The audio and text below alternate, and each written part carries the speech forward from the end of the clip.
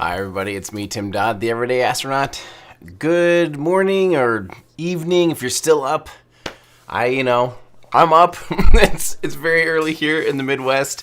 But hi, welcome to my coverage of SpaceX and NASA launching another crew already, the second operational crew up to the International Space Station. So let's go ahead and first things first, let's just dive in to our pre-launch previews because this is how I can tell you exactly what we can expect to do and expect to see today, which we should be seeing in about T-minus 1 hour from right now. And then we'll check out the live action. But for now, let's just get you caught up on what we should be seeing today. All right, so of course, this is Crew 2. It's going to be taking off hopefully today, like I said, in about 1 hour. The launch provider for this is SpaceX. The customer who's paying for this launch is NASA. This is a NASA mission on a SpaceX rocket. So the rocket they're flying on today is a Falcon 9 Block 5. This is B1061-2. So notice, -2, that means that it's flown once already. So they are actually using a reflown spacecraft already on this mission. So that's a reflown rocket on this mission already. That's amazing. Now this one in particular was basically flown 6 months ago. It was flown on Crew 1. So it had a 158-day turnaround. The launch location for this is, of course, Launch Complex 39A, or LC-39A at Kennedy Space Center, Florida. You might hear it be called Historic Launch Complex 39A because, of course, this is where every human that walked on the moon took off from this launch pad. The majority of the space shuttle missions took off from 39A as well. Awesome launch pad. This is the place to be for sure. The payload mass, this is around 13,000 kilograms, which includes the dry mass and the cargo of the vehicle. Where is this spacecraft going? This is going, Crew Dragon, which is the actual Dragon capsule is C2062, which we'll talk about here in a second, will rendezvous with the International Space Station, the ISS. Will they be attempting to recover the first stage? Yes, this is a pretty big thing for NASA and SpaceX these days, is recovering the booster. So the booster will be landing 542 kilometers downrange on, of course, I Still Love You. And the tugboat for that is Finn Folgate with support from GoQuest. Will they be attempting to recover the fairing? Nope, Dragon capsule has no fairings. But yeah, things are looking good today. This is the third SpaceX crewed mission. This is the second of the actual operational crew because the DM2 that launched just within a year ago is last May. Of course, that wasn't considered operational. That was the final test flight of the vehicle to certify it. Now it is certified. We've had Crew 1. That was the first commercial crew transport. And this is the second now. So the second operational Crew Dragon mission, the first reuse of a Dragon. This is using the same Dragon capsule that Bob and Doug used last May. The first reuse of a privately developed spacecraft certified for human flight. The first crewed mission on a flight-proven Falcon 9. The sixth Crew Dragon mission. The 114th Falcon 9 flight. 56th flight of a Falcon 9 with a flight-proven booster. 60th reflight of a booster. 11th reflight of a booster in this year. 80th booster landing. 11th launch for SpaceX in 2021 already. That's pretty nuts. I remember back in the day when they only had about 11 launches in a year period. 33rd SpaceX launch from LC-39A, and the 31st orbital launch attempt of this year in total for all providers and companies and countries. So yeah, those stats are powered by boostertracker.com. So if you guys want to know more about this mission, while you're waiting along here, you can read through here. We can meet the crew, which is Commander Robert Shane. This is Robert Shane Kimbrough. He's the commander. He's flown before. The fun part about this is that he flew, if I remember right, he actually flew on Endeavour, the space shuttle, as well. But he's also someone that has worked with solar panels, which is cool because that's one of the things they will be working on the ISS, is upgrading their electrical systems. So he is just the right person for the job. The pilot for this mission is Megan MacArthur, who, ironically, this is fun, she is sitting in the exact same seat as her husband, Bob Behnken, who was on this exact spacecraft in this exact seat in Demo 2, so last year. So this is Bob's wife. She is also a career astronaut. This is the ultimate astronaut family. So she is now flying in the exact same spacecraft as Bob Behnken, in the exact same seat that he did last year when he certified the spacecraft. I think that is awesome. And she was on the Hubble space, the last, I think it was the last Hubble service mission too. So again, she's flown before. We also have Akiko, who has Hoshide. I'm probably mispronouncing that, but yeah, he also has been he's flown before as well. So this is a pretty experienced crew here that's going up to the ISS.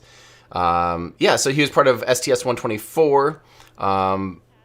And let's see. And then there's also Thomas Pesquet. I think I'm mispronouncing it. I believe he actually says it more like Pesquet. I don't quite remember how to pronounce it properly, but also has flown before. So this, again, is a crew that is a lot of experience. So they are inside the Dragon capsule right now. So let's just check it out, see how they're doing. So yeah, they are waiting right now. The next thing that we expect to see, we actually have to check off some stuff. The Dragon has been configured for flight.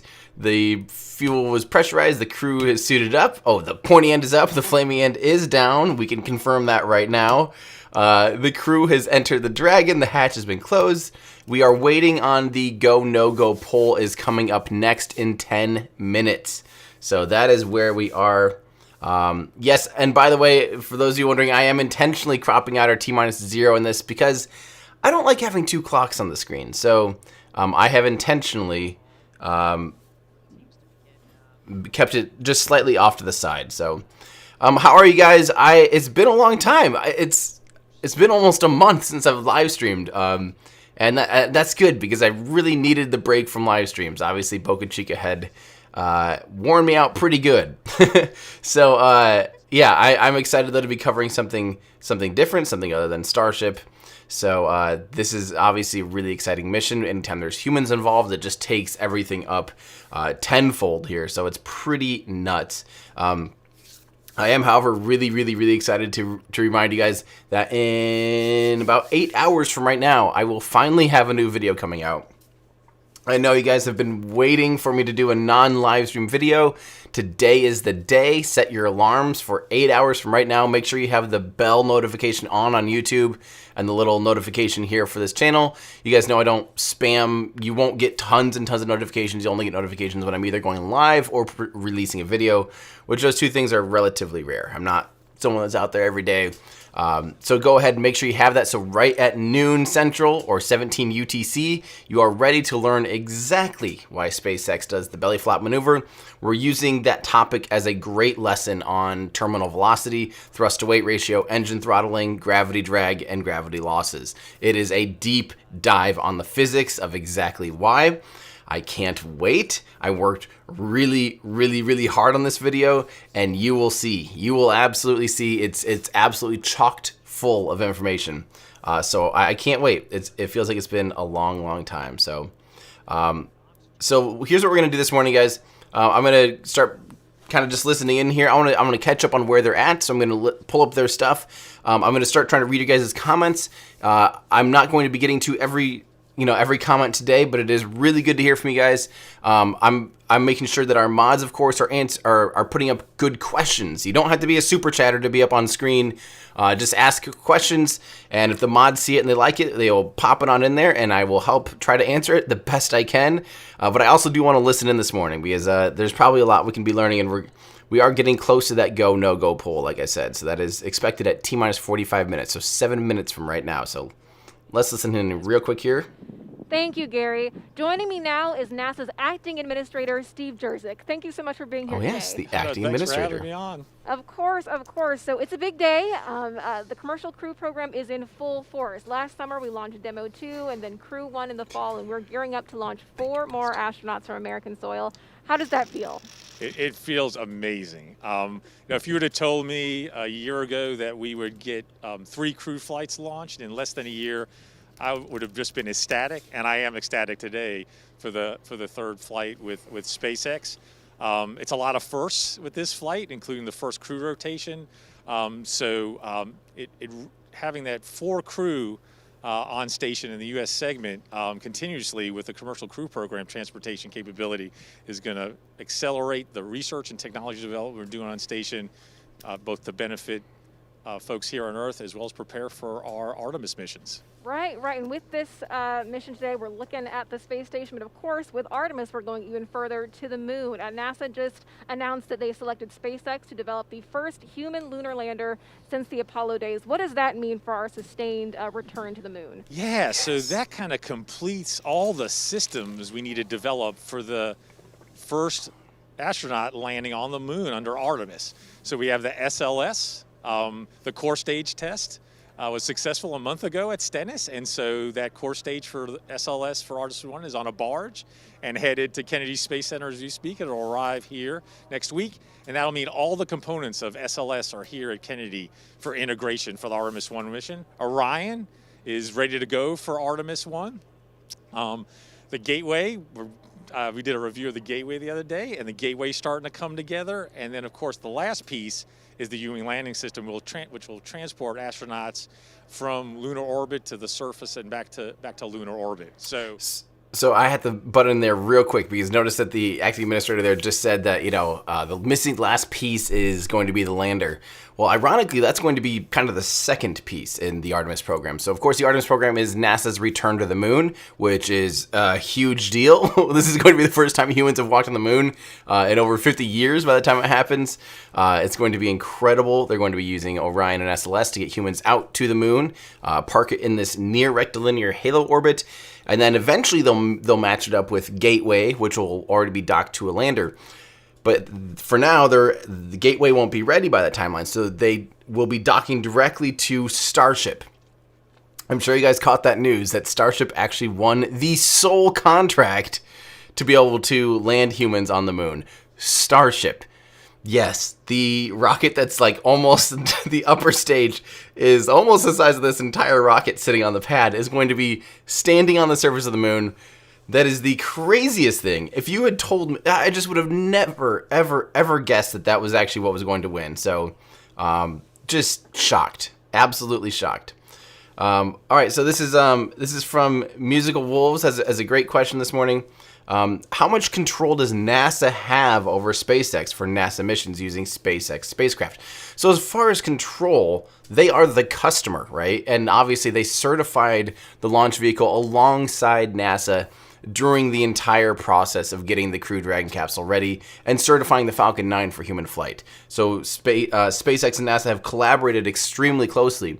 And at the end of the day, NASA is still they're the boss in the situation, really. SpaceX flies the rocket. SpaceX, I mean, not physically, obviously, but like they are in control of the mission. There was a handoff at about T-minus 4 hours and 5 minutes, if I recall, that technically hands the mission off from NASA to SpaceX. So at that point, the astronauts and the mission are in the hands of SpaceX. Obviously, NASA has allowed them, kind of it's as far as order of a control, basically at that point is considered SpaceX's mission. So they are operating the spacecraft. They are doing the communications alongside. They are doing the communications with the astronauts from Hawthorne, so at Hawthorne headquarters. So the hierarchy kind of goes, NASA is still the boss there, it's still the customer, but they do hand off to SpaceX at T-minus 4 hours until they get up to the International Space Station, at which point they will hand back off over to NASA, because at that point, they did their job. They were the Uber of space. They got their payloads, they got their customers up to the International Space Station, which is the destination here. So let's see. Let's try and catch up here, guys. Well, thank you, T-Town. Oh, yeah, I forgot to say, I didn't do this pre-launch preview. I forgot to thank, hold on, who actually wrote this article? Who wrote this article? I am a jerk. I am a jerk, because we're going to have to, all right. This one was written by Trevor. Trevor, thank you. Everyone say thank you to Trevor. Trevor Sesnick, who wrote this pre-launch preview. Sorry, Trevor, I forgot to scroll all the way down. I'm a jerk. but thank you, Trevor, for writing that. Yes, we have an awesome website crew that keeps our website up to date. Our website's awesome, and it's getting better every day. So they are continually working on things. And Yeah, so definitely, if you guys have questions about certain things or want to know more about upcoming launches, definitely go to everydayastronaut.com. Okay, so we're getting really close to that go, no-go poll. Just inside 46.5 minutes to launch. The SpaceX launch team, they're finishing their final review of data from checkouts of Falcon 9 over the last hour. The launch director is about to poll the team for readiness, both to load propellant and to launch. This will be the last poll before liftoff. The 7 SpaceX engineers indicate they are go by electronically voting on an online countdown procedure. We won't hear a verbal poll, something folks may remember from the earlier days of launch and movies like Apollo 13. The launch director is also checking with Dragon mission director and the NASA launch manager to make sure everyone is ready to go. Meanwhile, on the Dragon spacecraft, on the screen you can see the crew arm is still in the service position. The crew is on board Dragon, waiting for next instructions, which will be to stow the arm for launch and to arm the launch escape system. Once the launch director gives final instructions to the launch team, which should be coming up in about 30 seconds, the crew arm sequence will be armed and initiated. We should get a good view of the Axis arm as it swings away from the capsule, taking about 2 minutes to move out of the way. Now the range continues to be go for launch. They're monitoring the area around the pad as well as air and sea space around the flight corridor. And on the weather front, the weather officer gave a fantastic at the T-1 hour briefing. Sweet. The winds for all conditions of flight, liftoff, contingencies, getting into space, everything looks good both at ground level and upper altitude. So right now we're just waiting to listen to the SpaceX launch director give the poll and then also give the instructions to the team and move into retracting the crew access arm. So we're going to listen for a minute to the countdown net.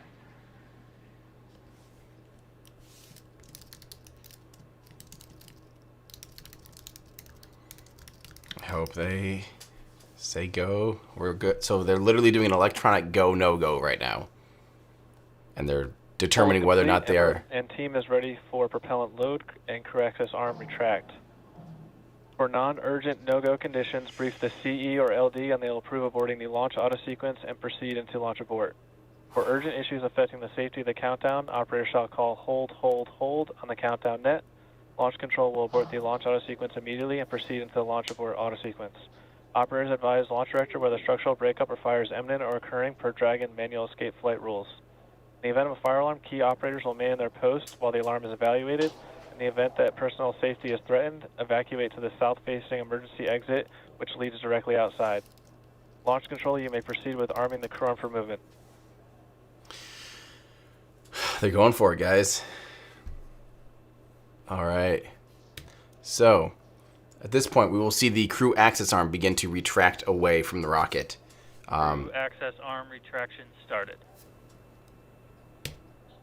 Here we go. Crew access arm has officially started. So we are... There we go. So at this point now, the key here is their only method of escape at this point, because obviously this rocket is 70 meters off the ground, 220 feet off the ground.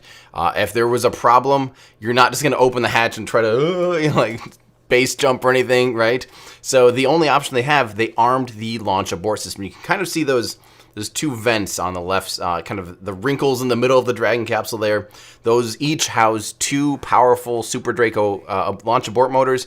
So there's 8 launch abort motors in total, and there's 4 pairs of them around the Dragon capsule that is capable of getting the humans out of that area in a hurry at like 7, 8, 10 Gs.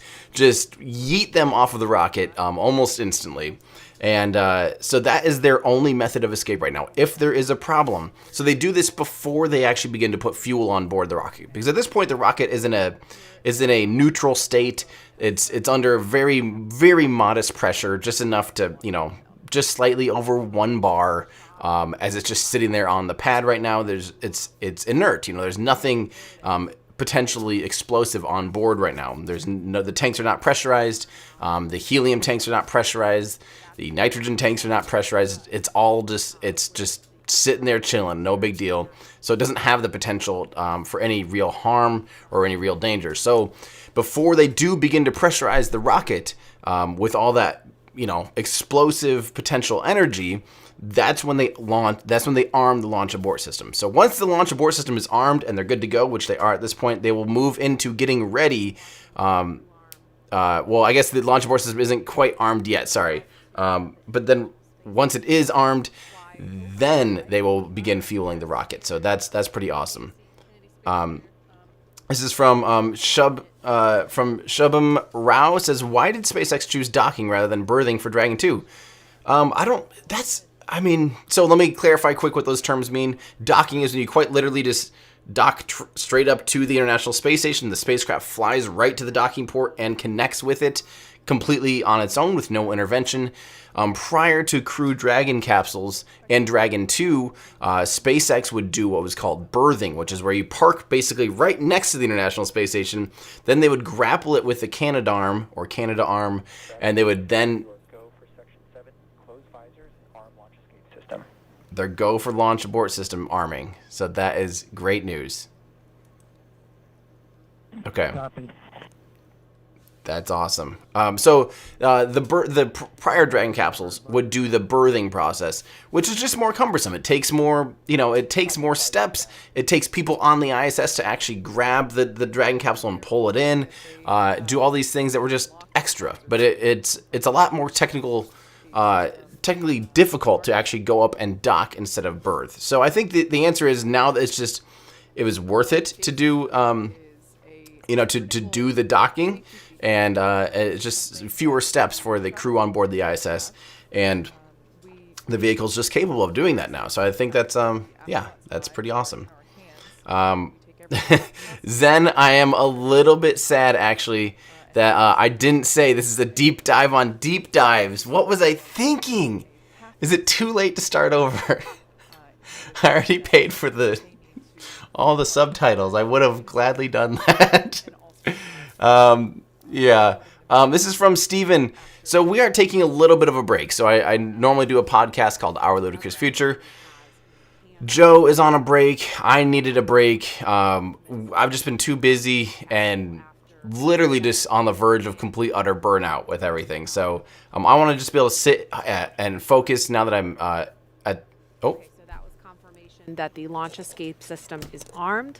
And so that is what we have to hear before fueling on the Falcon 9 rocket can begin. So we are about just under 4 minutes away from that awesome milestone. But again, we were saying the propulsion system. Oh, there's a shot of the space station. There it is. Yeah. Everybody wave. They're waving down at us. I think they're watching right now. So. They are. They are. Yeah. Hi, guys. Hi. We see you. That's crazy. The ISS just flew overhead. That's pretty awesome.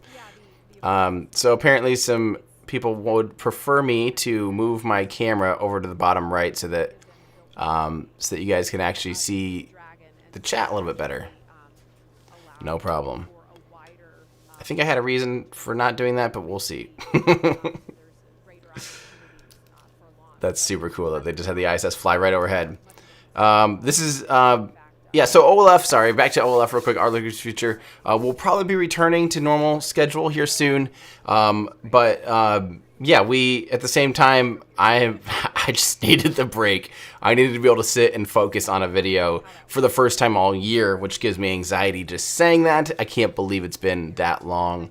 But I'm excited to be making videos and not building studios. I think you all know that.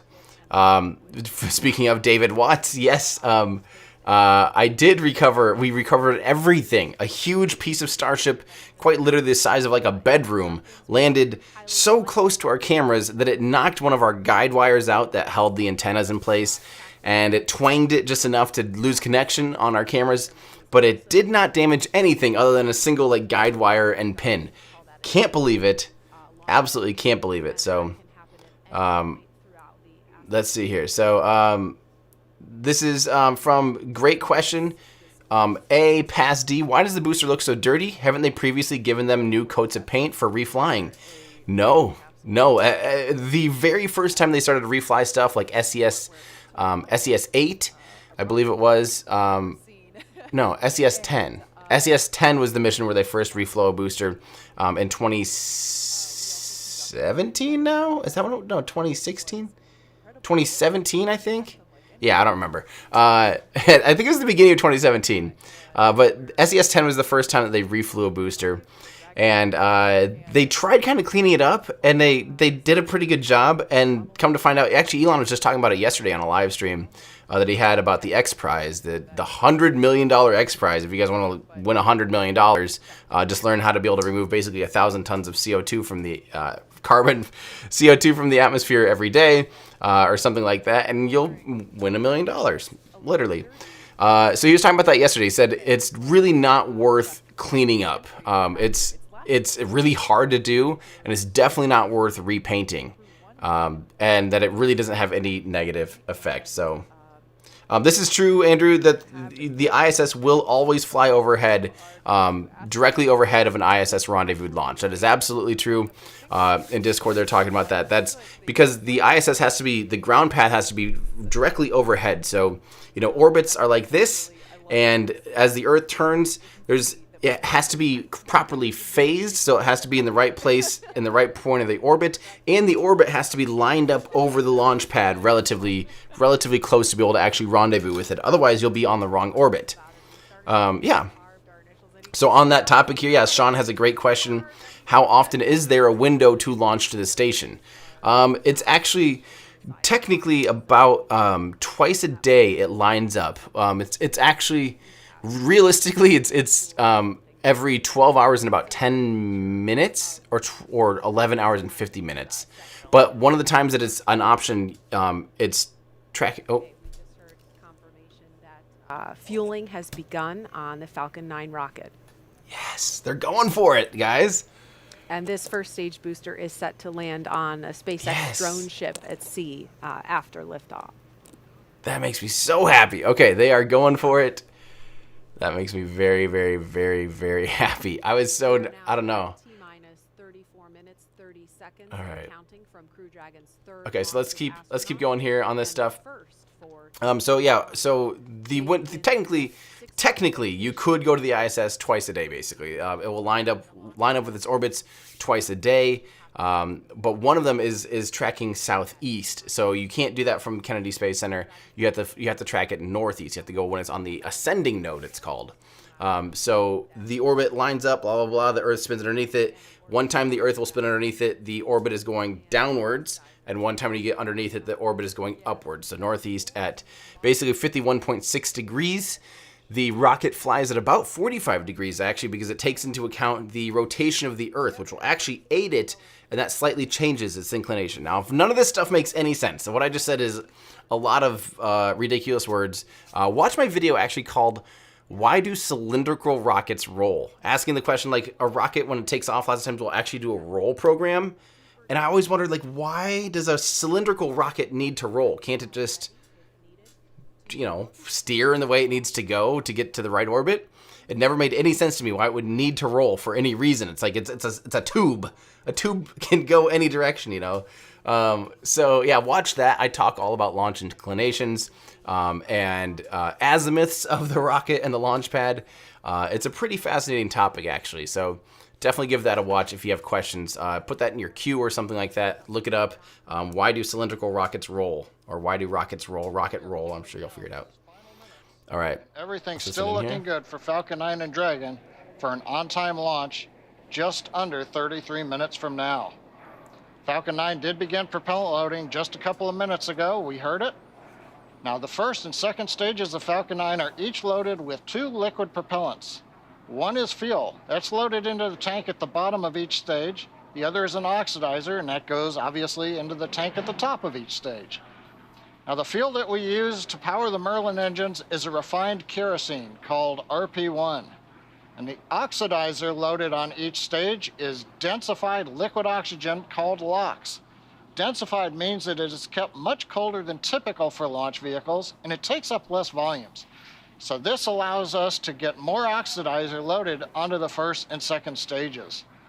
Now to ignite the fuel and oxidizer. All right, I'm going to get back to a couple more questions because we kind of hear the same spiel almost every time. Real quick, fun one from Kabir says, why do the SpaceX spacesuits look so clean? Like it's empty or non-functional, unlike NASA's orange spacesuits. Nope, they are not empty or non-functional. They had to be certified by NASA to the same standards as the old ACES orange spacesuits, kind of like looks like the spacesuit that I have in the background here. It's not though. This is not one of those. That'd be awesome if it was.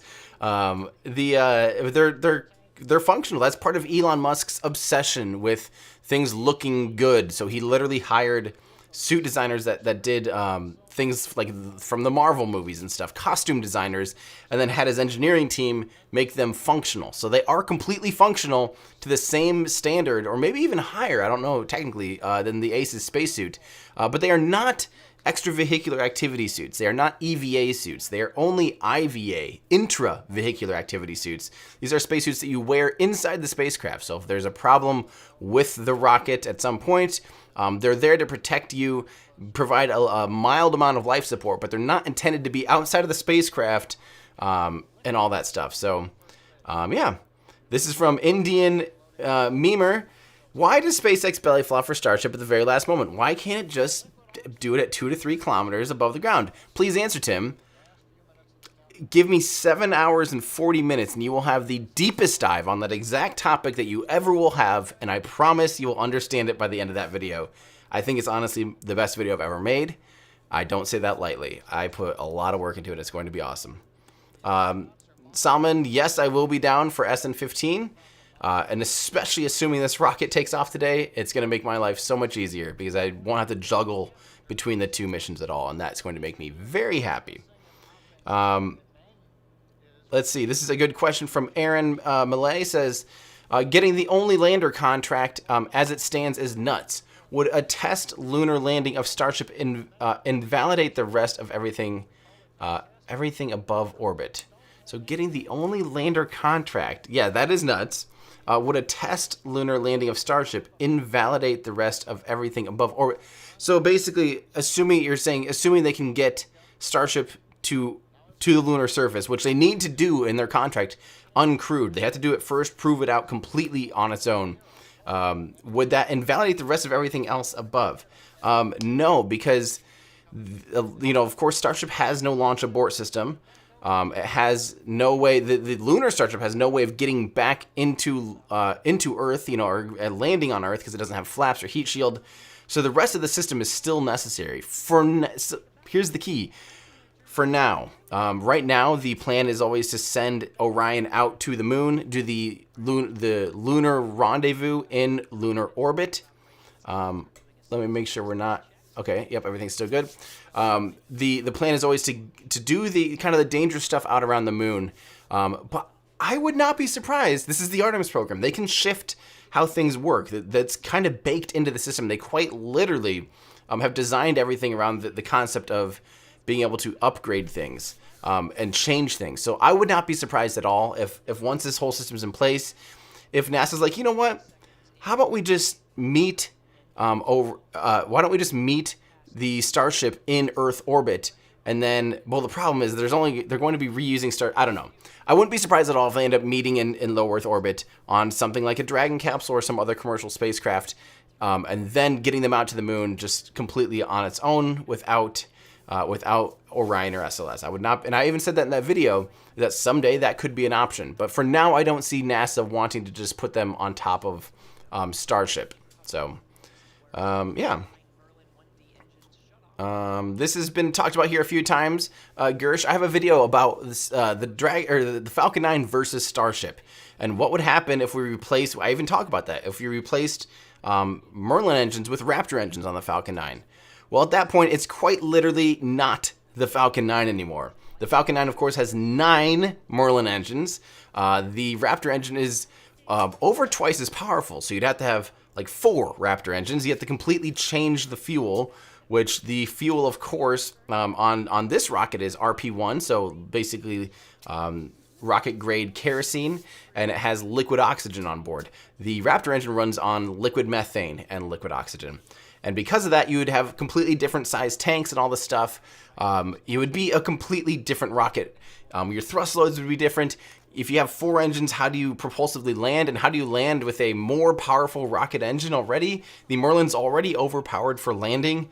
They're talking about it right now on the stream. They use just a single engine for the landing burn out of 9. And even that one engine out of 9 is slightly too powerful to do a hover. So they just do what's called a suicide burn or hover slam, which again, we talk about that a lot in this upcoming video that comes out today. So if you want to know about that, you better get ready for that. So you can't just, this is not Kerbal Space Program. You can't just replace engines on a rocket, like pop them on, pop 4 of them in there instead of the 9 Merlin engines. And ta-da, Bob's your uncle, and it's now a Falcon 9 Raptor. Like, you just can't do that. They're completely different. Thanks, Jesse, and hello to Derek. That's awesome. I do have to thank Derek for letting you watch this at work. That's pretty cool. Jesse, you've got a pretty cool boss. Derek, thank you for letting your employees watch something exciting. So, this is from Corvus. Do you know what kind of technologies they use to protect the solar panels during launch? Impressed that they're able to survive the violent forces. Yeah, frankly, I don't know the exact technology, but it pretty much looks like they're just lacquered on like crazy. Having some really good adhesive and some clear something that goes over top of the solar panels, which enables them to still be able to have their solar power capabilities. I think I just heard that they're loading up helium. That's awesome. But yeah, all right. This is from, thank you very much, Olivia. So thank you for all your dedication to become the person to inspire a planet. Well, I don't think I'm the only person, or I don't think I'm quite inspiring a planet, but thank you. Please come visit Romania. We will go and talk to Arca about the Aerospike after we visit Dracula Castle. That sounds pretty sweet. Not gonna lie, that sounds awesome. Robert, I'm doing great, thank you. This is a technical question from, remember guys, if you have questions, be sure and just be asking good questions. We'll throw it up in chat. You don't have to be super chatting to be up on screen here, such as our nude says, what keeps NASA away from streaming in 1080p or higher? Andrew, what keeps NASA from, I'm sure it's all hardware. I can attest now to the difficulties of live streaming, with hardware. It's extremely difficult. If you want to replace, say, and stream in a higher quality, it's a huge upgrade of everything. And Andrew says, because NASA TV goes to actual TV. Yeah, I wish that they would split it. I wish that they would, produce on the back end in 1080 or 4K and then split it off or something. But yeah, I guess that's the reason right there. Actual TV is all 720p still, which is hilarious. Even when you see like a 4K broadcast, Andrew was telling me at the end of the day, at some point gets dumbed down to 720. That's so stupid. Complain to, I don't know, broadcast. It's funny that the internet is like ahead of that stuff now. Caesar, I deserve a break. I don't think so. This is my break now. Do I plan on streaming SN15? Yes, I will be down at Mars Studio B for that. I feel like this is my break, was just being able to actually sit and work on a video. It's therapeutic to me because that's what I've wanted to do all year. It's funny, I woke up at 4 a.m. after SN9 to start writing this video. I wrote it and shot it in 2 days, then started editing, then didn't have power for almost an entire week. Then things changed in the script. We started rewriting it a little bit. Got some feedback from the Patreon members and YouTube members. Got some feedback, said, well, maybe we should change this. Started changing things in the script. Started changing some animations. Did a few more animations, then started building the studio. Ooh, this is a good shot here. So notice right now, of course, you can see, we talk about this every launch. Sorry, you're gonna hear it again. You see what looks like smoke billowing off the rocket. And that's actually, there's not even anything venting right there. That's just they're filling up the rocket with the liquid oxygen. And liquid oxygen is so cold, they actually chill it down to minus 207 degrees Celsius, which is getting pretty darn close to the freezing point, or the freezing point of liquid oxygen. So chill it too much more, only like 10 more degrees Celsius, and you're gonna start turning it into a solid. So it's so cold that the tanks that they're in, because they're just sitting in aluminum tanks, so the aluminum tanks get really cold, and the humidity in the atmosphere touches that really, really, really cold aluminum tank, and there you go. All of a sudden you start getting this, the frost coming in, we actually get that, the vapor like that coming off the rocket. So pretty cool, pretty cool. This is from This is awesome. About Alderwood School. That's awesome. They're still watching live for Crew 2. That's awesome. Alderwood School. I love it. I love it. I remember you guys, and thanks for saying hi. Let's see. This is Ray Mantle.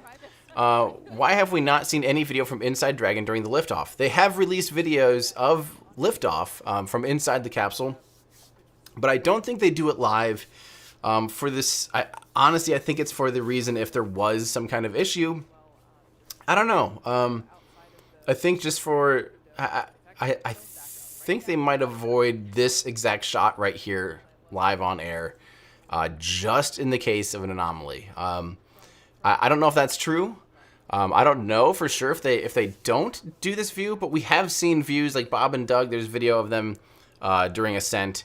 Yeah, it actually doesn't look too terrible. So, Michael Moore, don't forget my my mission, my ticket to Mars. I've already gone to Mars because I built a studio called Mars. At Mars Studio B, you guys all sent me to Mars, so thank you guys so much.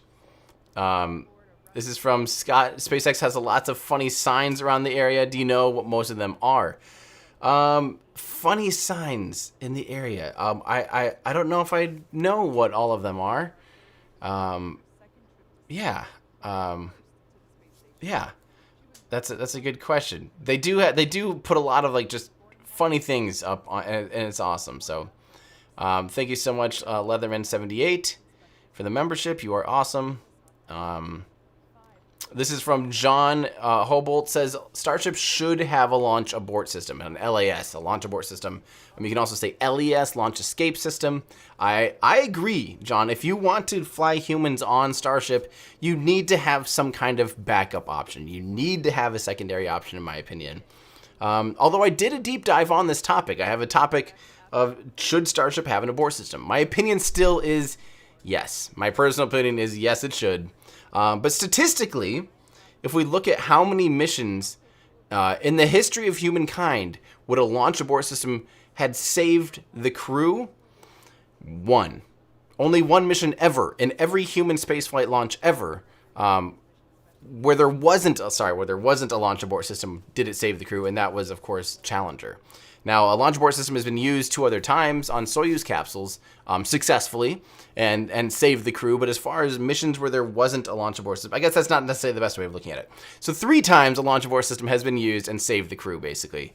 And so it still is, I think, necessary. We're still a long ways away from perfect engineering and perfect maintenance and perfect everything. These vehicles have a lot more. A lot of people say, like, why don't they? Airplanes don't have abort systems. Oh, really? Fighter jets. Have you ever heard of a fighter jet? Fighter jets do have an abort system because they're high performance and they're riskier to fly than a standard airliner. A rocket is not an airliner. If an airliner loses an engine, it keeps flying. It could lose 2 engines. It could lose all of its propulsion and it won't fall out of the sky. It'll glide out of the sky in a controlled manner and still be able to land. A rocket, not so much. Not only that, obviously, a rocket has a lot more potential energy. It's filled to the brim with rocket fuel. So if something goes wrong, it has a lot more potential to be absolutely catastrophic compared to an airliner, right? So I still am on the team of like, I wouldn't want to ride Starship unless it has an abort system or some kind of backup. Or, do the thing like we were talking about earlier where, maybe you just put people on Dragon, rendezvous with Starship in orbit, and then, do like a lunar mission or something. I think that'd be pretty cool. So, this is, yeah, good. That's awesome. Yes. Of course it would. Of course the ISS flies overhead. Yep. That is awesome. Don't be nervous. This is, I mean, you should be, I'm not going to tell you how to feel, but yeah, I know what you mean. But honestly, I just get so excited about these missions now, just because, this is the new era of human spaceflight right here. Now, by the way, the bigger clouds of steam or of condensation that you're seeing, that is vapor being vented from the rocket. So, yeah. Axie says, is it possible for Starship's second stage to have landing legs like a Falcon 9? Absolutely it is. Some of the challenges there with having legs like the Falcon 9, they kind of ideally, in theory, want the legs inside the skirt. because that way they're completely outside of the heat of reentry. They're tucked inside the part of the rocket, so they're protected from reentry heat. If you have it on the outside, like you see the bottom of the Falcon 9 right there, the landing legs, the black landing legs, of course you could put, a thermal protection system over that, right? But it's just adding a lot more complexity, some more joints. But stage 2 LOX load has started. That's good. So yeah, but you could of course do that, but there's always pros and cons, and I'm very curious what they're going to do for landing legs. Yeah. All right. This is from Nerve Music Records. Am I right that they launch it during this time because of the synchronization with the ISS? I mean, it's always so much more spectacular to see the launch during the daytime. Yes, the reason that they're launching this in the middle of the night is purely because of rendezvousing with the International Space Station. That requires the ISS to be in the right place for not only phasing, but also to be completely in the right, along the right inclination with the same orbit as the International Space Station. So obviously if the ISS was here and you're launching here, like you could be on completely different orbits and you'd never, ever, ever, ever catch up to the ISS. You could maybe fly by it, but your velocities would be completely different. So yeah, you have to fly over when you're properly rendezvousing with the rocket. Hamza, I'm not sick. I'm using a different mic. I'm not using the SM7B, and it's like 4 in the morning for me. So yeah, that's why. But thank you for saying hi, and I am good. I'm very, very happy right now. I am really happy to have a video coming out today. Charlotte, thank you so much. From Zavazu, why is there a 1-second window for Falcon 9 Dragons versus more time for the Russian rockets?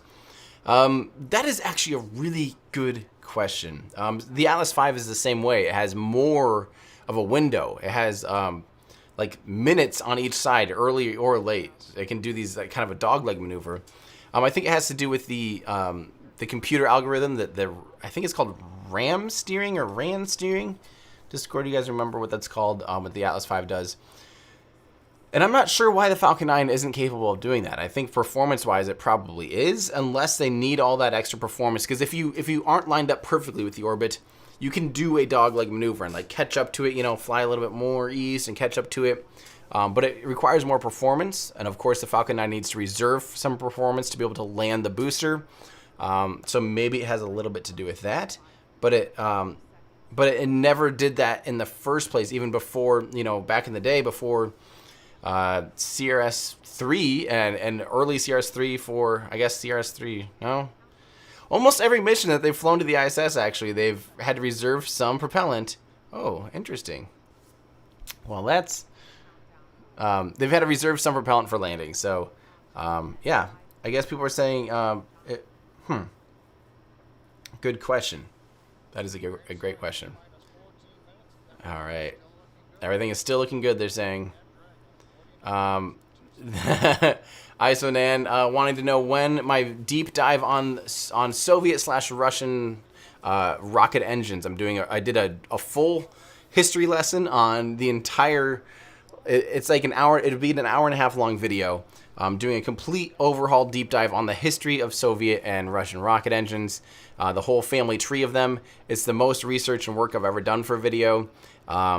It is on hold until I'll be making a big announcement here. It's probably during the month of May, but I'm going to be going to Russia to film the video. I actually want to turn it into a proper documentary, a documentary that's still completely free here on YouTube. No strings attached. I just think I'll put this much work into it. I want to get high quality footage of as much stuff as I can. A lot of the historic places, try to talk to some experts, try to see some of the engines in person. I think that's, I honestly think that will be a big part of doing this video justice, because it is the most work we've ever done. A lot of research has gone on to this video, and also just to double check, go talk to people that are experts and see this stuff in person, and it's going to be awesome. This is something that I'm very passionate about, of course, is making the highest quality videos I can. You guys know this. I don't want to take shortcuts or put something out arbitrarily early. Obviously, the Russian rocket engine video is one that we've worked on for over a year. We're at about 16 months of it being in the works. We haven't really worked on it in the last like 6 months or so. It's been kind of on hold. But at this point, I have decided that I'm going to take a crew with me, and we're going to go film in Russia and do it right and get a lot of awesome footage so that it's actually high quality and we're not just ripping a bunch of YouTube, 480p or 320, like 160p old videos. We're going to see if we can find some higher quality sources and stuff and shoot our own stuff. So, okay, that's good to know. Yes, I was going to say, that was not the ISS, but they were talking over on the comms about the ISS. They said, oh, look, there's the ISS. But that's, yeah, you could see the jovial moon, so I was very, very curious. Let's see. Daniel, what's my opinion on SSTOs? Ooh, boy, do I have one.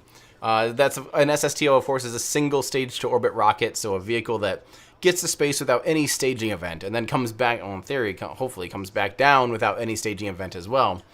I think SSTOs suck. I think there's absolutely no reason for an SSTO in any conceivable way. The only thing you're doing is making the rocket substantially less efficient. Any technology that you could apply to an SSTO to make it feasible and work, you might as well put that into a multi-stage rocket and get like 10 times the performance out of it. If the key is rapid reusability, it's a lot better to, if your first stage gets a lot less punished than your upper stage, you might as well stage, because at that point, you not only do you increase the performance margin of the vehicle almost 10-fold or 100-fold, but you also now are not beating up as much of your hardware as you need to. So, if the Falcon 9 were single stage to orbit, it could only carry like 10 kilograms or something, and then you wouldn't be able to recover any of it. You'd have to throw away the booster or the whole thing, because it wouldn't have any margins to come back and land, and coming back from orbital speeds is insanely hard. So now I added more weight to try to cut it. Yeah. Ooh. I wonder what they're thinking right now. Displays are configured for launch. SpaceX copies. Shane, Megan, Aki, Tama. We're thrilled to have crew on board Endeavour once again, and truly honored to have you all at the helm. It's been a pleasure training alongside you ahead of this historic launch. We wish you a great mission. I agree, Stone Good Games. luck, and enjoy the ride. That's awesome. Thank you, Chad, Christian, Frank, and all the teams who got our crew and vehicle ready for this mission. We want to say a special thank you to our families and friends. We're incredibly grateful for your support and sacrifice during our training and our upcoming flight. Our crew is flying astronauts from NASA, ESA, and JAXA, which hasn't happened in over 20 years. We're excited to represent our nations, agencies, and all of humanity. Off the Earth, for the Earth, Endeavour is ready to go.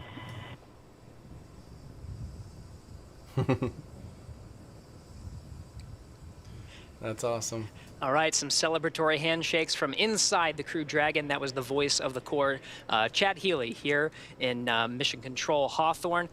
Next series of events, John, will be the engine chill. Everything's looking good so far. That's awesome. Yeah, it is. We're actually watching the fuel trim valves on the Merlin 1D engines, going through some checkouts right now. And as you said, at T-minus 7 minutes, we're going to start a sequence of events that begins with opening the pre-valves. Currently, the liquid oxygen, the kerosene fuel on the Falcon 9 first, second stages is separated from the Merlin engines. T-minus 7 minutes, just over a minute from now, we open the pre-valves. That allows propellant down to the top of the engine, or the inlet to the turbo pumps. At the same time, we open up bleed valves on the turbo pumps, and that allows a little bit of that densified ultra-cold liquid oxygen to flow through the pump and to chill down the liquid oxygen pump. That way, when we get to T-minus 2 seconds and we spin the pumps up and everything comes to full power, we're not pulling very cold liquid oxygen through a warm pump. So as that cools it down right now, that'll get it ready for that ignition sequence in the last couple of seconds. I just love seeing the crew right now, guys. I mean, think about what they're thinking and feeling right now, knowing that they're quite literally strapped to a vehicle capable of accelerating them almost 10 times faster than a bullet. I mean, that's just utterly insane. When you really stop and think about it, really stop and think that these people are inside this little tiny thing at the very tip of a Falcon 9 rocket, and that this rocket's going to be able to take them up into space and into orbit and eventually rendezvous with the ISS. And Robert has a great question about that particular thing even. Why do basically Dragon capsule take almost a day and Soyuz can take a few hours? So the Soyuz capsule has basically a quick rendezvous feature now that they've worked on it over 30 years of however many years of doing rendezvous with the ISS, 20 years or whatever. But the Soyuz capsule is just capable of doing that. It's software they've written. There's no technical reasons really other than the Dragon capsule will have shorter rendezvous. I think if I remember right, Crew 1 was only 9 hours instead of 24 or 13 or something. I don't quite remember the number. So a lot of it does depend on phasing. But yeah, they will do it in only 2 hours, or 2 orbits basically, Soyuz for the quick rendezvous, which is nuts.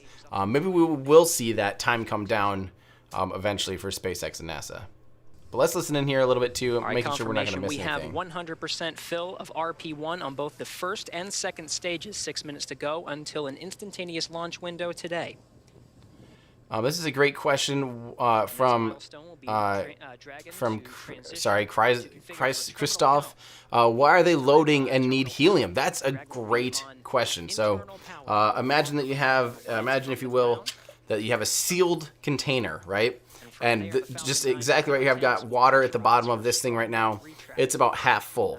Now, if this was completely sealed, if this was a sealed can that you bought on the shelf, or a sealed soda bottle, and you wanted to drain liquid out of it without opening it, right? Because it needs to continue to be a pressure vessel. It needs to continue to be pressurized.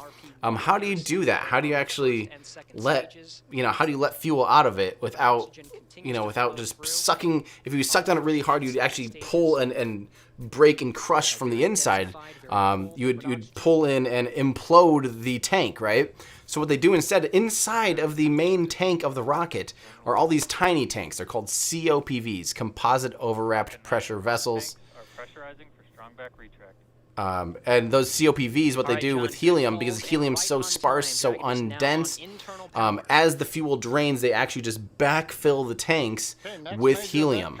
And helium is inert, it won't explode, so if it were somehow sucked up into the engines, it won't ruin the engines. It might make the engines underperform, as we're familiar with the Starship. But it's just there to backfill the tanks and maintain that constant pressure. Some people think that it helps push the fuel down. That's not necessarily true because of buoyancy. It will want to always be on top, and the denser fuel will want to be on the bottom.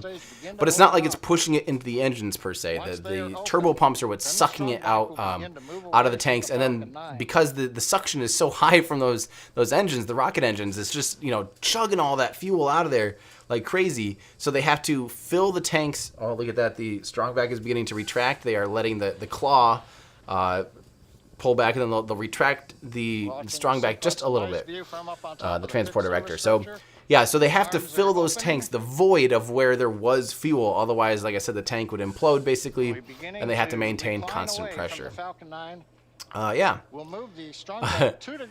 Musical Wolves, will you use a model Starship for your zero-G indicator? If I ever go to space, that would not be a bad zero-G indicator. That'd be really cool. Let's see, Aaron. Yeah, the ground track of this is relatively close to the UK, and if so, what time? It would be like 10 minutes after launch, basically. You'd want to look for it. It'd be relatively quick. Anyone in our know the ground tracking? Wait, is that what we were talking about in Discord here? Actually, Discord, if you guys can let me know what time exactly that should pass over the UK, because it probably should today. That's awesome. UK-based rocket company. That is awesome. Congrats, Jonathan. I also really quick wanted to say, Caesar, I'm really, really, really sorry that you had to put your dog down today. This is hopefully we can celebrate with a beautiful rocket launch here today, and send your best friend from 15 years off into the heavens with this rocket. I mean, that is I'm really sorry to hear that. Stage 1 launch load is complete. We're loading liquid oxygen on the second stage for about another 30 seconds or so. Once we get the liquid oxygen load complete on the second stage, the propellant line that runs up the side of the strong back that carries liquid oxygen, we'll vent that line down to make sure there's no liquid in it when we get to liftoff. When we do that, we open up valves on the All right, strong there's valve. one more. Is this the Dragon capsule that was tested with pilots quite recently, then landed successfully on a ship? So make sure that we're clarifying the terms here of this statement. Yes, this is the same Dragon capsule and the same booster used on 2 different missions. The Dragon capsule was used last May for Demo 2, the first crewed mission from the United States. Since the space shuttle program ended 9 years prior, so 10 years today, basically. Oh. All right, with that, the Falcon 9 is fully fueled. Okay, we're looking good. So yes, this capsule has been used for Demo 2. The booster was used last November for Crew 1.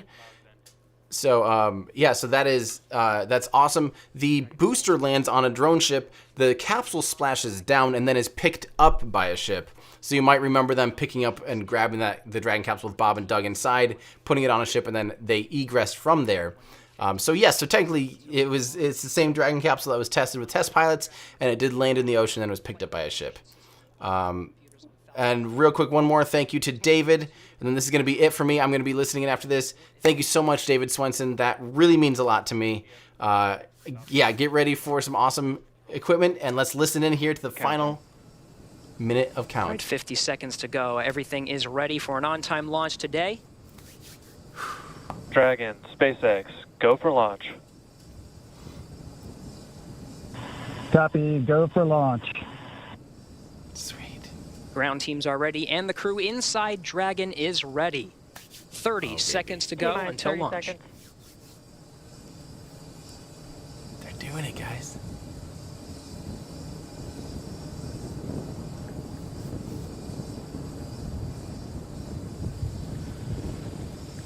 T-minus 15 seconds. Godspeed, Crew 2. 10, 9, 8, 7, 6, 5, 4, 3, 2, 1, 0. Mission and liftoff. Godspeed, Endeavour and Crew 2. Copy, 1 Alpha. Endeavour launches once again. 4 astronauts from 3 countries on Crew 2, now making their way to the one and only International Space Station. Vehicle is pitching downrange. 9 Merlin engines on the first stage providing 1.7 million pounds of thrust. Hearing good calls on first stage performance so far. It's a cool shot. We are T plus 30 seconds into the second rotational crew mission on board Dragon and Falcon 9. Falcon 9 will be throttling down the 9 Merlin engines shortly here in preparation for maximum dynamic pressure. And there's that call out for the throttle down. Maximum dynamic pressure, max Q, is the largest structural load that the vehicle sees throughout ascent. So throttling down does help us pass. Throttling down helps us pass through this period, which should be coming here shortly. I did want to point out this thing is flying east, and it is currently 5:50 a.m. Maybe the second stage might start getting some of that backlit illumination at some point. Maybe. Copy, 1 Bravo. All right, 1 Bravo is the second abort mode on the first stage. First stage continues to fire for 2 minutes, 35 seconds. 1.5 minutes into today's flight. Go, baby. It's looking good. Now you may have noticed that there's some flames kind of crawling up the side at the very base of the rocket. That's normal actually because there's a low pressure. When a rocket's just like imagine anything flying fast through the air. There's a wake of negative pressure behind the vehicle, and that negative pressure is actually lower than the hot gases of the rocket engine. So they will actually go up a little bit. And it's normal to see them, especially behind and kind of between the legs and stuff, in certain low pressure areas, to kind of climb up some of that. Some of the flames will literally creep up the rocket. The rocket is designed to handle that. That is totally normal. Milestones. We'll have shutdown of the 9 Merlin engines. We're beginning to throttle them down. We will then get stage separation. Throttle down. And then we will get ignition of the second stage engine to propel Dragon and the Falcon 9 second stage into orbit.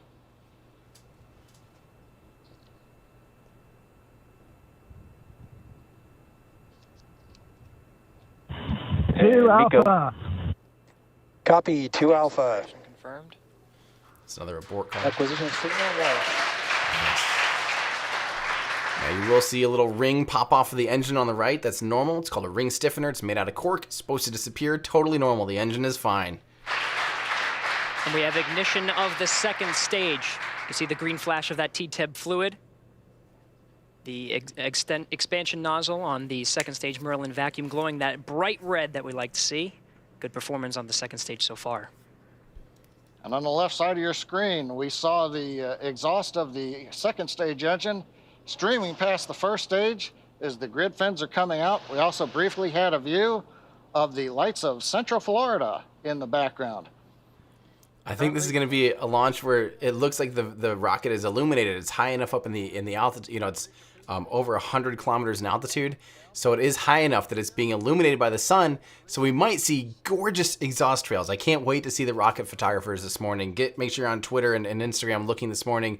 I think there's going to be some stunning images of this rocket launch. This is the first Crew Dragon mission launched at dusk during the night, but it's going to be gorgeous. We hear a call out from the crew, nominal trajectory. So we're beginning to move the first stage into position so it can do the entry burn. Oh, that's so cool. And you can see, now notice, of course, everything on the first stage right now, all those things falling off, they're all falling at the same relative velocity. The vehicle's not really accelerating. It's doing a couple small impulses that you'll see, the thrusters doing little impulses, but otherwise little chunks of ice, mostly, ice particles, are falling off the booster. Because remember, that booster was quite literally shrouded in ice, and now some of it's kind of melting off as the nitrogen does this little nice nitrogen cold gas thrusters do their little impulses. You will see bits falling off. That's totally normal, but all of it's moving at the same velocity. Right now, that first stage, well, here, I can actually show you how fast the first stage is going. The first stage is going about 490 kilometers an hour. No, that's not right. That's not right at all. But yeah, everything's looking good so far in the launch. But basically, the whole point is everything when the first stage that was connected to the first stage is falling at the same velocity. So it's experiencing 0 G's right now. The first stage is. The second stage, the crew is under almost 3 G's of acceleration right now, though. And they are connected basically to this engine that you see on the right. So the right is the upper stage, the left is the first stage. We're looking down the rocket booster, from the top of the rocket booster down through those grid fins that will steer it through the atmosphere to be able to help target and land precisely on the drone ship where they will recover it. Of the second stage, of the first stage. Oh, man. Look at all that. That's so cool. And now you'll notice, though, the first stage, as it starts to go down, it will start experiencing more and more atmosphere. So as things do fall off, as ice chunks fall off, you'll see them kind of coming at the camera more because it is starting to experience some atmospheric drag. The pieces that fall off of the booster. Nominal trajectory, they're saying. Sounds good. Right on cue, those check-ins on the second stage performance. Once a minute, everything's looking good on that second stage. Propulsion is nominal.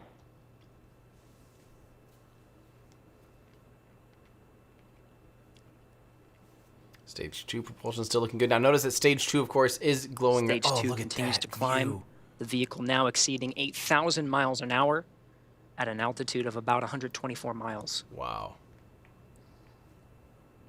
And just about 1 minute from now, we will begin the entry burn of the first stage.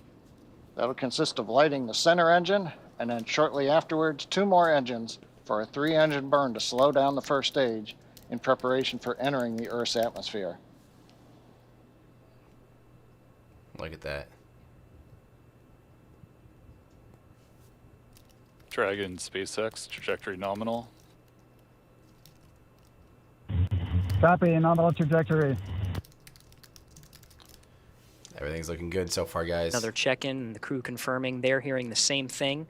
The vehicle about to exceed about 10,000 miles per hour. So here's a real quick, good question from Connor. Is there any point to insulating the tanks, aluminum, stainless, or otherwise, Falcon 9 or Starship? Besides added weight, wouldn't it help with off-gassing? Well, you're absolutely right, Connor. But, you know, liquid oxygen is cold, but it's, you know, it's only in the rocket for like 8 minutes. Here we go. We're seeing the entry burn of the first stage. So it lights up its engines as it begins to kind of re-enter the atmosphere to protect it from the atmospheric re-entry forces and slow it down. before it really hits the thickest parts of the atmosphere. Yes, it would be advantageous in some ways, but of course it does add weight. If it only needs to be on the vehicle for about 8 minutes, most times that type of insulation is not necessary. However, I noticed that rockets that use liquid helium, such as the Space Shuttle's external fuel tank, which was bright orange, was liquid hydrogen, sorry, and that's very cold. That's much closer to absolute zero. So they would put insulation on the external fuel tank. And same with, that is such a cool view of the first stage. And same with, say, like the Delta IV Heavy, the Delta IV Medium. It's an orange rocket. And same with the SLS, because those tanks are hydrogen. So they do actually put insulation on those tanks because it is more advantageous for super chilled, for very cryogenic fuels like that. Shannon. Copy, Shannon. Shannon called out at the back end of the stage 2, a few seconds until cutoff.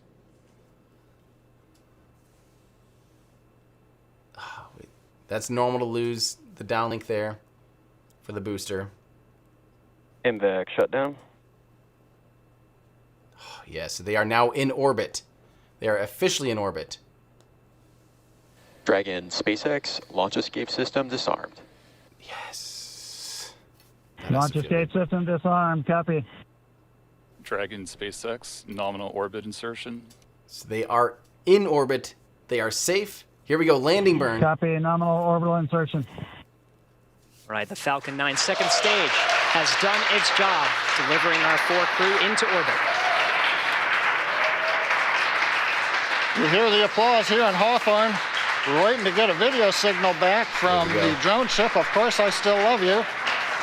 And the view from the onboard camera, we saw it just briefly. It looks like first stage on the drone ship. Getting views of the Dragon trunk. Nice. So the first stage is on the drone ship, successfully landed. And more importantly, second stage is in a nominal orbit with the Dragon spacecraft getting ready for some important events coming up, Gary. That's right. About 2 more minutes. The Dragon and the second stage of the Falcon 9 will be in a coast phase. It'll take that long until the spacecraft separates from the Falcon 9. Of course, both now in a nominal orbit. It's great to see some of the views of the Earth as it passes by over the North Atlantic Ocean. Oh, that's so beautiful.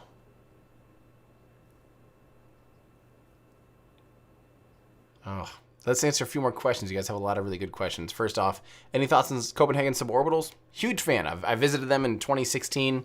I'll visit them again someday. There's the crew on board, looking good, looking happy. Big fan of Copenhagen suborbitals and what they're doing. They do an awesome job on YouTube as well, showing what they're working on. So if you guys want to see basically if a makerspace tried to launch a human into orbit, that's exactly what Copenhagen suborbital has been doing for the last 10 or 15 years. So definitely check them out. Very cool. David, I'm not sure, and I'm not sure. The lighting also has to be right to really be able to see a spacecraft. So good chance at this point it's probably already too late. It really has to be the right, exact right lighting conditions. Normally it has to be dark where you are, and the spacecraft have to be illuminated for you to be able to actually see it. Otherwise it just gets washed out by the sky. So my guess would be that Europe, you're not actually going to be seeing it on this orbit, but I think Declan Murphy's Flight Club might be able to tell you exactly more about that. Rich, this is a question here. Space shuttle's reusability. If it was part of the initial design, how did the engineers get it so wrong? Why not adjust to meet this requirement? I think long story short, they're getting ready to separate from the upper stage. The space shuttle, the hard part with the space shuttle was, with NASA, anything NASA does, they have to basically have it solved and designed. There we go. So that is the trunk of the Dragon capsule floating away from the camera that is on the first stage. So we're looking at the first stages. Look at that. I don't know what that was. Might have been like a plug. Actually, there's some umbilicals and stuff like that in between the first and the first stage and the Dragon capsule. So now that is so cool. That is so cool. Sure, great. It's glad to be back in space for all of us, and we'll send our regards to Crew 1 when we get there. Thanks.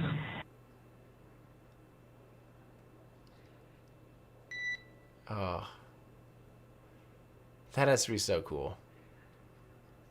Absolutely stunning views from both inside the cabin, seeing the excitement of our 4-person crew inside Endeavour, and watching Endeavour drift away from the camera on the second stage as the Earth passes by on an orbital sunrise. So cool. Congratulations, Crew 2. Look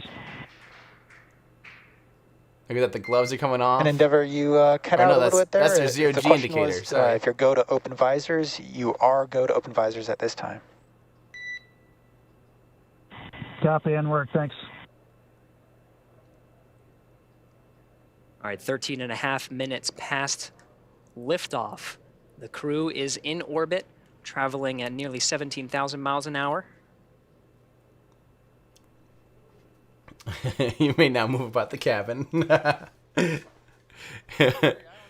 is awesome. So as far as, okay, the space shuttle, you know, when NASA designs a spacecraft, they really almost have to do everything, solve everything ahead of time. Everything has to be totally figured out and ready to go. And with the space shuttle, you know, once it was in production and once they had made decisions on the vehicle, it was really, they did very, very little tweaking. They did some tweaking, but I guess overall the whole system was flawed. And honestly, the biggest reason the space shuttle was so flawed is because of the stupidest idea ever, which was to do a single orbit deployment or rendezvous with another spacecraft or satellite and bring it down in one orbit from Vandenberg Air Force Base.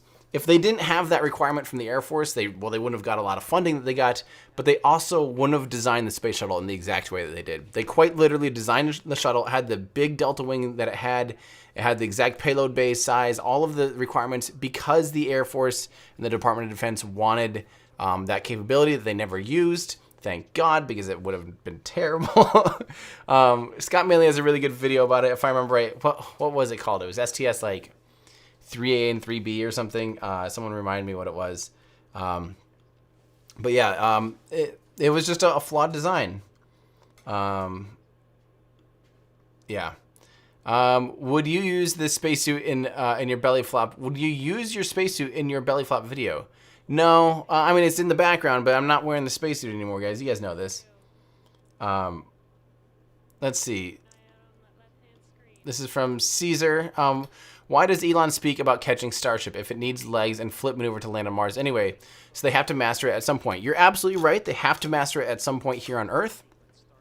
I mean, they have to master it at some point to be able to land on Mars and on the Moon. But if you have a ship, you know, certain ships will only be destined for Earth orbit. The refueling ships, the cargo ships, you know, stuff like that will only be in low Earth orbit anyway.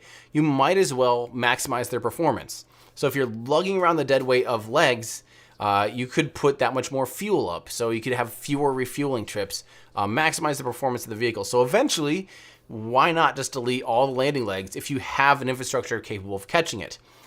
Now we're talking about like kind of, I think, more far future, 5-10 years for, you know, something like Starship to be able to be caught. Maybe the booster they will try to catch right away.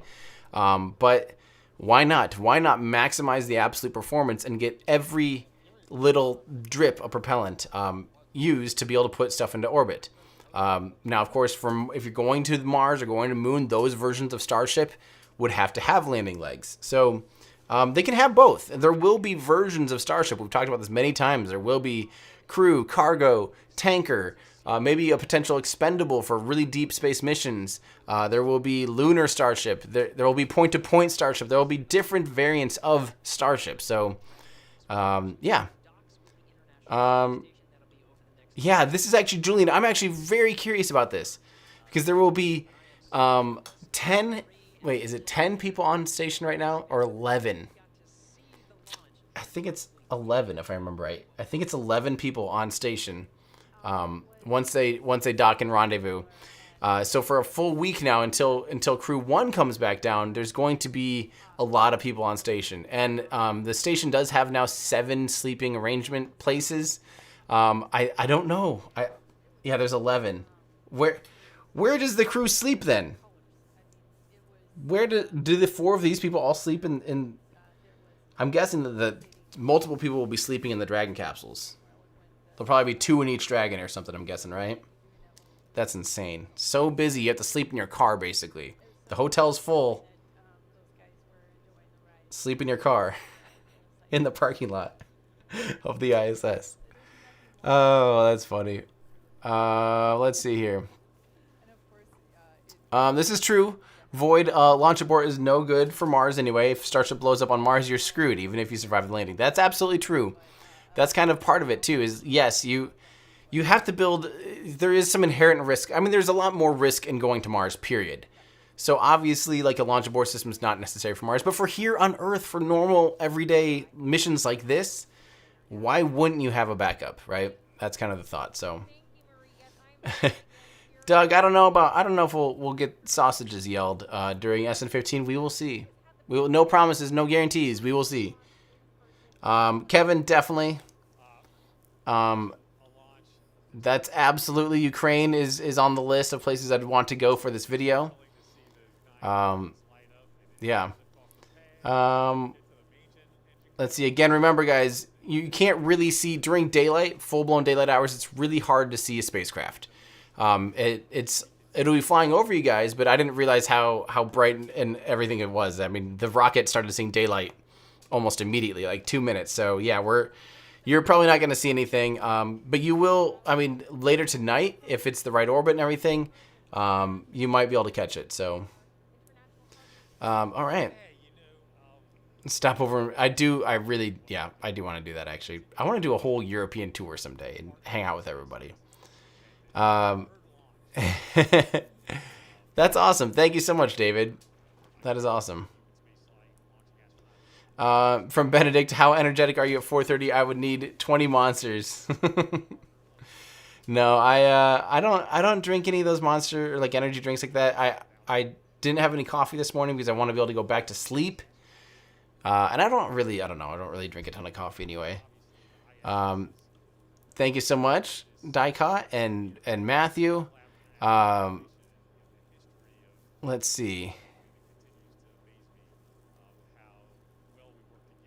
Let's see. Why don't we do something better, Thomas? Why don't we just say, happy birthday, Gabriel. That's awesome. Happy 9th birthday. Thank you for tuning in. Thank you for watching. Yeah, I hope that you are dreaming about the future, the exciting future that we're living in right now. We are living in an exciting future. We are living in the future that I always thought we'd kind of have, where we have routine access to space and commercial spaceflight. We have people buying seats on these rockets now. That's super, super cool. So happy birthday, Gabriel. Reach for the stars, my friend. This absolutely, Robert, I'm with you. I absolutely am still amazed by this stuff. This is a great question from Richard. Why not nitrogen instead of helium? Too heavy. Exactly. Nitrogen substantially more dense than helium. It also is inert. You can use nitrogen, but it's definitely not nearly as high performance as using helium, just because it's so much heavier. So you have to have bigger. No, you don't have to have bigger tanks. You just have to have more of it because it's more dense. So it can't fill those big voids as easily as helium can. Yeah, we kind of talked about this a little bit. I don't know the exact mechanics behind how they were able to do that so stinking fast. But again, they've had a lot of time to work on the Soyuz to make it so they can do quick rendezvous and stuff like that. Maybe they will be able to do something like that in the future with Dragon, but honestly, I don't really know. That's a great question. Maybe, like I said, maybe we will see them be able to optimize it a little bit. This is from JMax. Says, why does stage 2 Falcon start glowing from the bottom, open up, whereas the Rocket Lab Rutherford start glowing from the top down? So that's, I actually know exactly why. That's a really, really good question. I actually want to go back real quick to the launch and show you exactly what he's talking about there.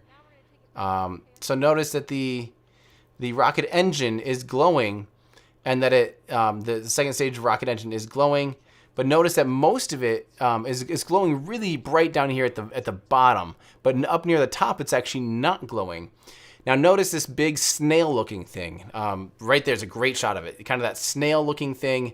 It kind of comes off the side. That's part of the exhaust manifold. So it actually takes So you know how the Falcon 9 is open cycle, meaning all of its turbopump gas actually goes outside of the rocket engine. So the gas that the rocket fuel that is excess from the exhaust from the turbines and the gas generator are just dumped overboard. They aren't repiped into the engine in any conceivable way. But on the vacuum optimized Merlin, they actually take that exhaust gas and they pump it into the main nozzle like that through this manifold. And what happens is it'll create this film layer, because that exhaust is actually a lot cooler than the main exhaust that you see in the nozzle. So by piping in a colder, it's still really hot. Like, you wouldn't want to touch it yourself, but it's a lot colder than the normal exhaust gas, the main exhaust gas.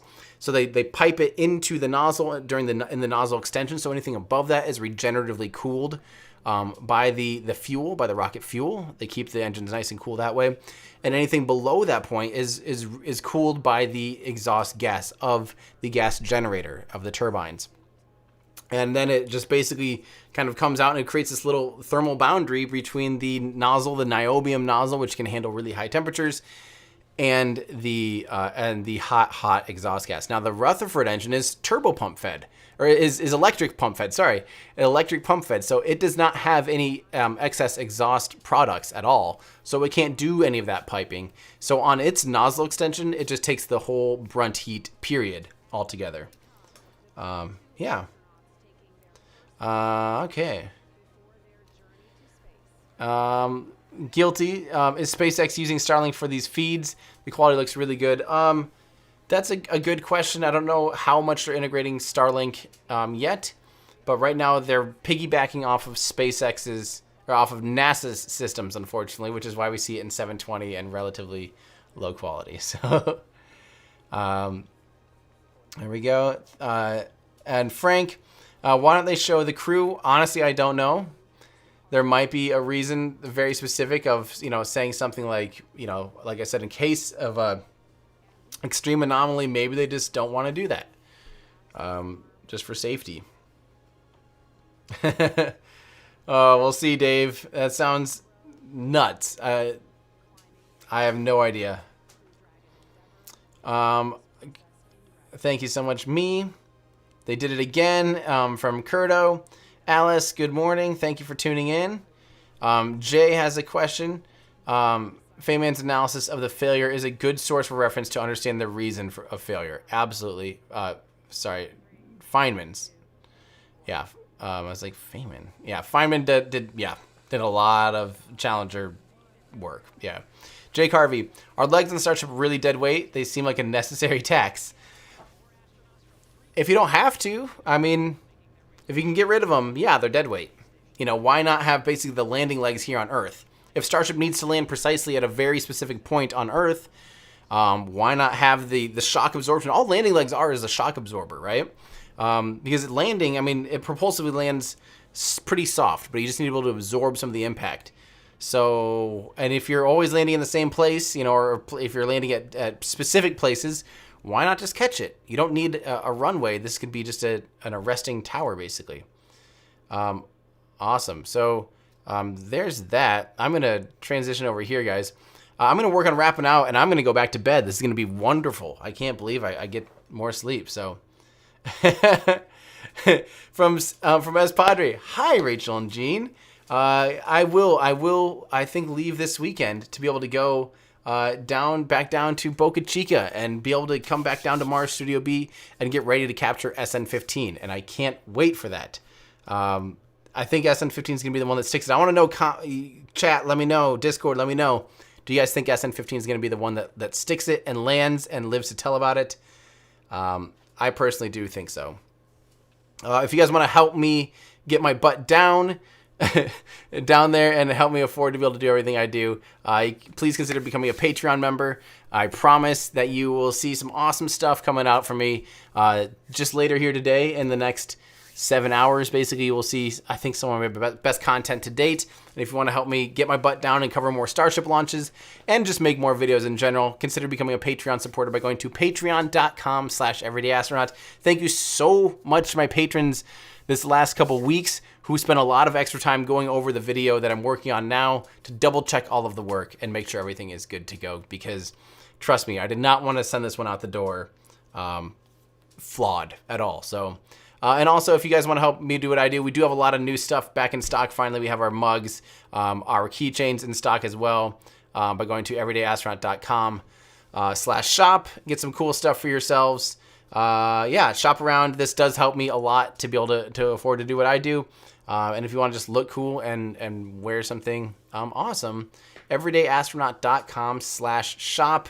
Of course, we have the full flow shirts and F1 shirts, Aerospike shirts. We got it all, my friends. We got it all.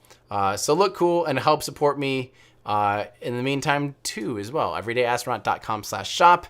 Let me answer. I've got 5 more questions here, or 5 more things in line, and then I'm going right back to bed, and it's going to be awesome. Okay, let's see here. From Charita, this is a great question. I actually have a video that is pretty relevant. I have a video, will Falcon 9 be reusable?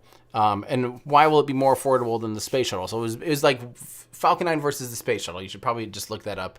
Let's see what happens when you do that. Falcon 9 versus space shuttle. Let's see. So will the Falcon 9 actually be reusable or just refurbishable like the space shuttle? That was the name of the title of the video. I kind of break that down, that exact topic. But Starship is changing a lot of things. First off, their engines are going to be stupid cheap. They're trying to get them down to about $1 million, and I believe it. I honestly think they're going to be able to get down to $1 million per engine. When you're mass producing engines like that, no big deal, right? They just become part of the machine. You just build it. It's a lot. It's made out of stainless steel as opposed to aluminum. The space shuttle was an aluminum airframe. A lot lower melting point there. They're going to use a new heat shield material that should be hopefully more reusable than the silica tiles on the space shuttle, which were very fragile, hard to replace and maintain. The RS-25 was a just very finicky engine, because it used hydrogen. Again, it's a very undense fuel. They had to basically rebuild every single RS-25, every single launch. So it just was expensive. It had a lot of maintenance, a lot of time in between launches that just wasn't efficient. So Starship's addressing almost all of those. And yeah, we know they can reuse a first stage, and they can do it in about 30 days. So Starship will hopefully be able to take a lot of those lessons, not using, a lot of the things that's good about the Falcon 9, and actually truly make it rapidly reusable, and that would be the key. So, yeah, Cow Two-Face, that's true. So we've had more people on station before. When at one point there were 2 Soyuzes and a space shuttle dock. There are 13 people, but they could sleep on the space shuttle. The space shuttle was huge, had a massive cabin, but it's pretty amazing that now we have 3 spacecraft docked. 2 of them were capable of 4 people, so we actually have 11 up there. And that they have to sleep in the Dragon capsule, that we don't know where to put them. That is pretty darn amazing. Gareth, South Africa, I would love, so here's the thing is I am used to, I've traveled a lot. I love to travel. Travel's a big part of my life, a big part of who I am. And I think what shaped me a little bit is traveling, spending a substantial amount of times abroad and in places that I was very, uncomfortable at first in. Like I spent 2 months, and I've spent almost altogether 3 months in Thailand. Almost a month in Myanmar. I spent lots of times in Africa and Ethiopia, a lot of time in Europe and stuff. Obviously Europe's a lot more, I guess, close to home as far as culturally for the most part. But every time you travel, if you go somewhere and you are uncomfortable, and then you feel yourself not uncomfortable by the end of the trip and enjoying it, and that's you growing. That is you having grown, and your borders are slightly grown. You grew as a person. I feel like travel is really important, and seeing the world and seeing other cultures and other people, it's a really important thing. I know traveling is expensive. It's kind of off the table right now in general for a lot of people anyway, obviously because of the pandemic. Hopefully when that stuff is safe to travel and is safe to do international travel, I hope that people do take that opportunity to consider traveling. I think it's really important for your soul. That's just my personal thought. But yeah, so the moral of the story is I would love to come to South Africa, and I will someday. Ian, I live near a niobium mine. Didn't know they used it in the rocket. How are they using it? Alloy, yeah. Niobium, that is the nozzle of the of the second stage, the nozzle extension. So that part that we were showing, the part that glows red on the second stage engine, the Merlin vacuum engine, that is niobium. It is a metal that has a very high melting point. It's pretty fragile, but it has a very high melting point. And lastly, we have a new membership from SAR. Thank you so much, SAR, for your membership. Stay tuned, guys. Again, please make sure you have the notifications on. Hit the little dumb bell or whatever all the YouTubers say, because today in, what is that, 6 hours and 38 minutes, I will be releasing a video that you will not want to miss. You will want to have your devices ready and click go right away, because I promise you will learn a lot. Why don't I show you a little teaser? Why don't I show you a little teaser before I sign out here, and you can decide for yourself. Let me just show you some graphs. Look at this graph. Hang on. Let me actually make this thing full screen here. I just want to show you a couple of the things that that we're going to be talking about. So hang on, let me go back here. We're going to talk terminal velocity, like this. Yeah, terminal velocity. That's terminal velocity. Okay, we're also going to talk about, why aren't I seeing a little preview? We're also going to talk about this kind of stuff, like the terminal velocity and the peak velocity of the Falcon 9 versus Starship. Yeah, this is going to be an awesome video. I promise you guys are going to love it. We talk about gravity losses, a lot of graphs, and a lot of things like this. Talking about thrust to weight ratios. We're going to talk about Joe Barnard is even in this video. Yeah, just a lot of stuff. As you can tell, there's a lot of graphics, because to me that's how I learn. I learn visually, so I think you guys will learn a lot too. So hopefully you guys are ready. You've got the notifications ready, and you are ready to learn all about terminal velocity, gravity drag, / gravity losses, engine throttling, thrust to weight ratio, and whether or not Starship will be safe for humans for landing. And I think you guys will love it. So get ready, my friends. I promise you'll learn something. So thank you guys for these last-minute memberships. And from Max, I would love to do James Webb Telescope. Right before it launches, I would love to do a video about the James Webb Space Telescope. That would be awesome. But meanwhile, I'm going to get out of here. So thank you guys so much for watching an awesome launch with me. Congratulations, SpaceX, NASA, and the crew of Crew 2. You guys are kicking butt. Safe travels. And we will see you guys probably next for SN15, unless Rocket Lab gets out the door here before I leave. We'll see. But hopefully we'll see you guys soon. That's going to do it for me. I'm Tim Dodd, the Everyday Astronaut, bringing space down to Earth for everyday people. Goodbye, everybody.